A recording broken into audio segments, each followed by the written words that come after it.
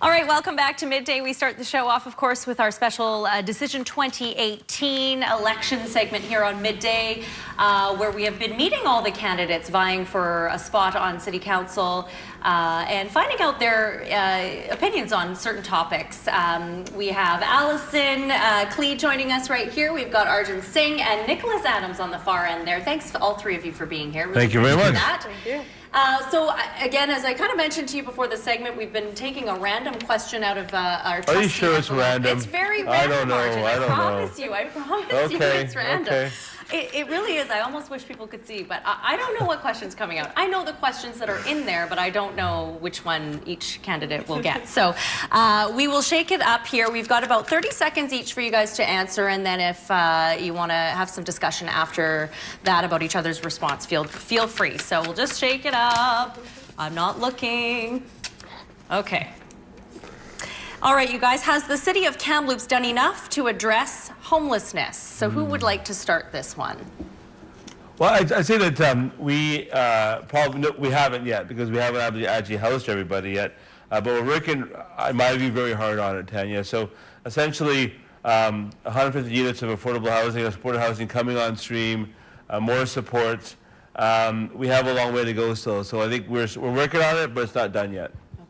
And Allison, your thoughts on that? Yeah, I think that it's a good start, but I think that we need to work on more than just the housing services. We really need to make sure that we have those wraparound services to ensure that they don't then fall back into the cycle of addiction after they are housed, and they can actually then stay sober longer and actually really rejoin the society and get back on their feet.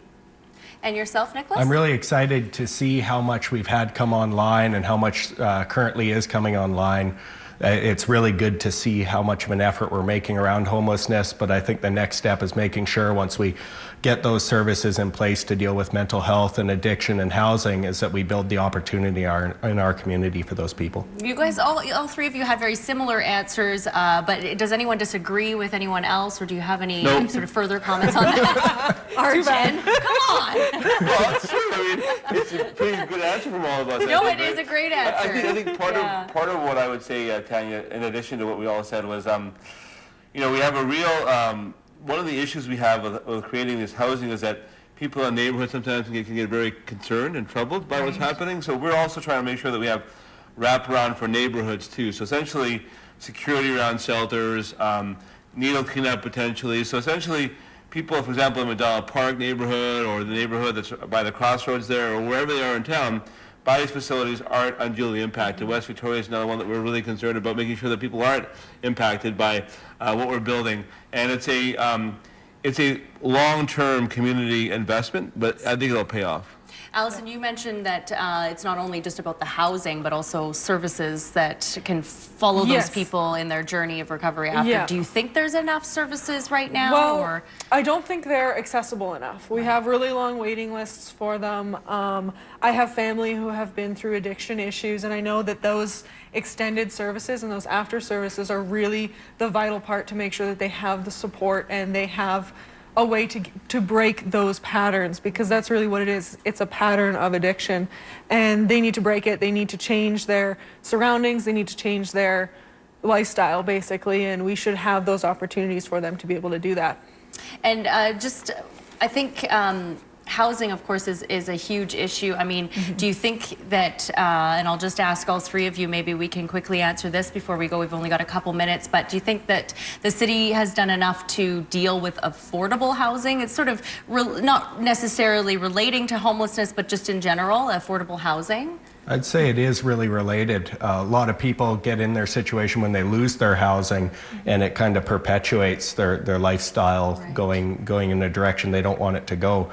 So I think we can do a lot to ensure secondary suites are easier to get in compliance and legal, and that way we have the supply to match some of our demand in our community and make it more affordable. So when people go through our supported housing, they can get into market housing and move along the housing continuum. And better their lives that way, Arjun, what do you think on that? I mean, I know you've talked about affordable housing before. We've talked about that before. It's been a big part of my work for many years, but I think through the official community plan, through CAM Plan, we have planned the community so there is a choice different kinds of housing units for different people, but I think also that depends on the development community. It depends on what's happening from folks coming into town. So right now we're getting pressure from folks coming in from Vancouver.